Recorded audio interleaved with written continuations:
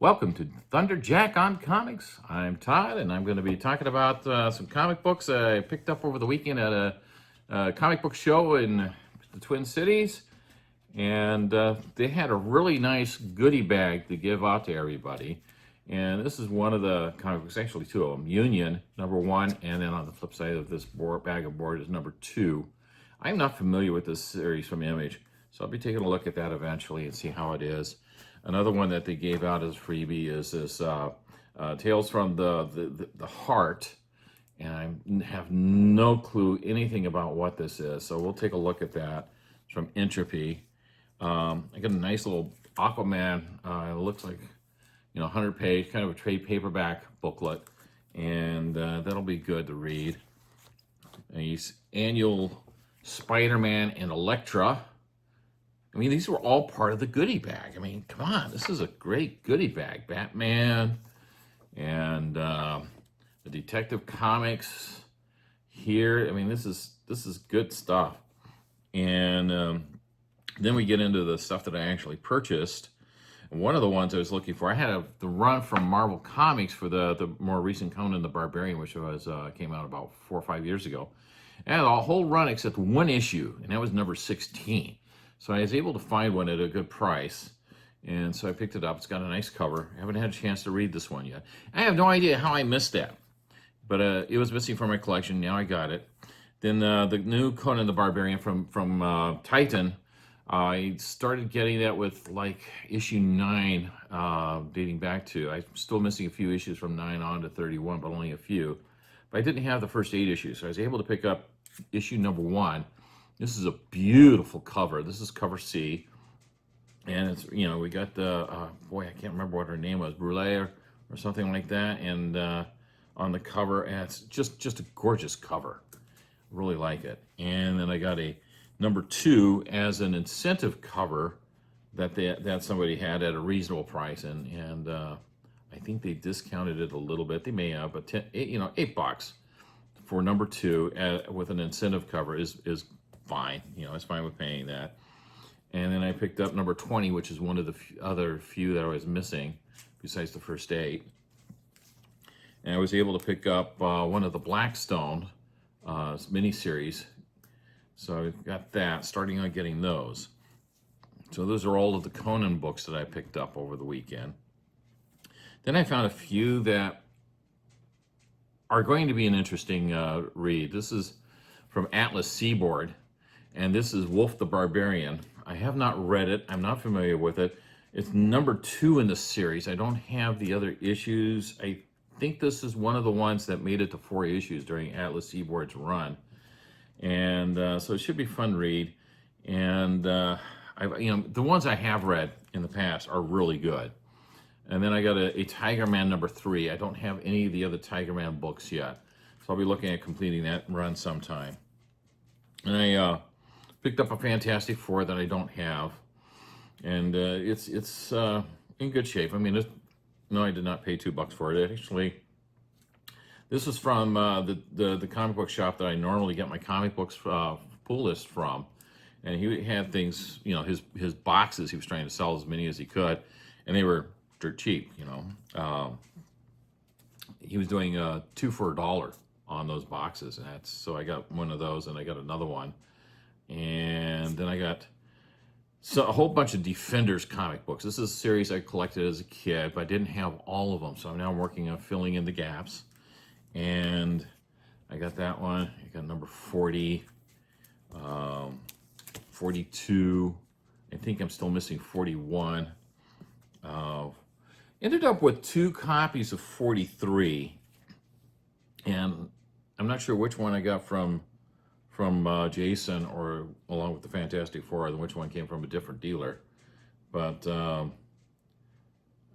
this one I think presents nicer and is cleaner copy than the other one I got, which is got kind of a roll here, and it's a little off the border and all that. So the first one presents nicer.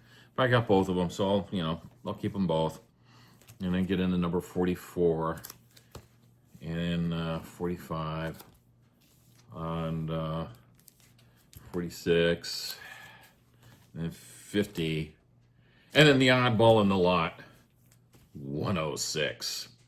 So we'll see. I haven't had a chance to read any of these, and I'll probably read these online through Marvel Unlimited sometime later this summer, because when I get the older comic books and they're on Marvel Unlimited or on DC's streaming service, I'd rather read them there than crack them out of their case and read them that way, out of their bags. Then I got one more Atlas Seaboard that I do want to talk about. This is the first issue in The Scorpion. And this is one I was interested in acquiring for a while. I'm glad I found at least one of them. I only found the first issue, which is a good one to start with because it sets it up. And this is by Howard Chaykin, and hopefully I pronounced that last name correctly. And it takes place in the 1930s, and the story has a real Pulp Fiction style vibe to it. And I don't know if anybody checking my videos out has read any of the classic Doc Savage novels, or The Shadow, or the Spider for that matter, or any of those. There's also The Avenger, who is Justice Incorporated, also pen named as Kenneth Robeson, same as Doc Savage, but it was not the same writer because Doc Savage was written mainly by Lester Dent. I couldn't tell you who wrote the other series off the top of my head, but that was a pen name. So this has got a real vibe to it for the 1930s Pulp Fiction. A really good story too. I really enjoyed reading it, and I'm looking forward to getting issue number 2.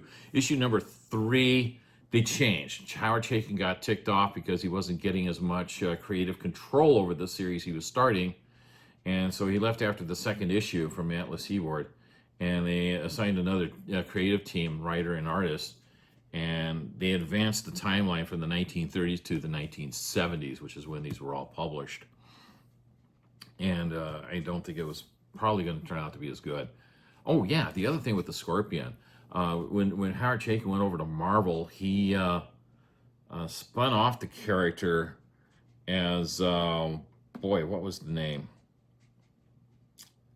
Can't remember the name off the top of my head, but it was like Dominic Fortune. That's what it was. And I only have one comic book in my collection that has that character in it, and it's an Iron Man. So I have to pull that out because I bought it off the racks way back in the day and read it then, and I don't remember anything about it. So I'm gonna have to pull that out of my racks. Another comic book I bought, and I probably overpaid a little bit on this. I mean, yeah, the guy labeled it $25. He charged me $20, and this is really about probably a 10 to 12 book based on cover price values, but it's just a few dollars more than overpaid. And I got this. Some guys were rifling through the long boxes this one dealer had and looked at that, and I'm going, well, that's a really cool cover. That looks like it could be really interesting to read. This is by Mark Schultz, and the cover is really an awesome cover. I mean, really dig the cover with the dinosaurs. And it's a wraparound cover. I can't show you the back cover with this in the folder, but it's got pterodactyls on the back side. And, it does have dinosaurs. It does have a character named Cadillac, but we don't learn a lot about him, and another gal named Hannah. And the story's pretty good. Not quite what I expected. There's 3 short stories in here. And one of them does not feature the title character Cadillac, but does feature dinosaurs, pterodactyls. And just not quite what I liked as much. It didn't live up to the cover for me. The cover is just, awesome.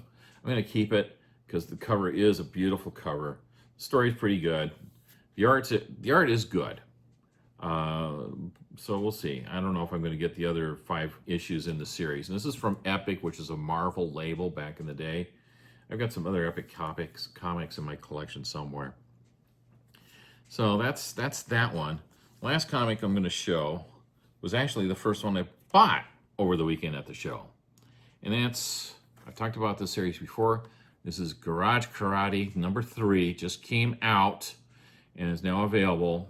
And this is by Wesley Speakman. And I'm acquainted with Wes. I've known him for a couple of years now. And I talked about him in another video. This is a fun series. And he's continuing on with the story of Jet and Kimberly and Holly and Adam and Penny.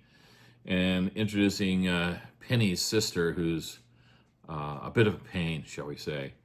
And it's a good story because now they're having a run from the paparazzi because they've gained some fame after the first round of the Battle of the Bands that they're playing in, performing in, fighting in. Fun series. I really like it, and I hope he continues on and has great success with his series. And I hope he's a young guy, so I'm hoping we'll see a lot more of him going forward. I wonder if this is the comic book shop he works at. You never know. So I think that's a wrap for this time around.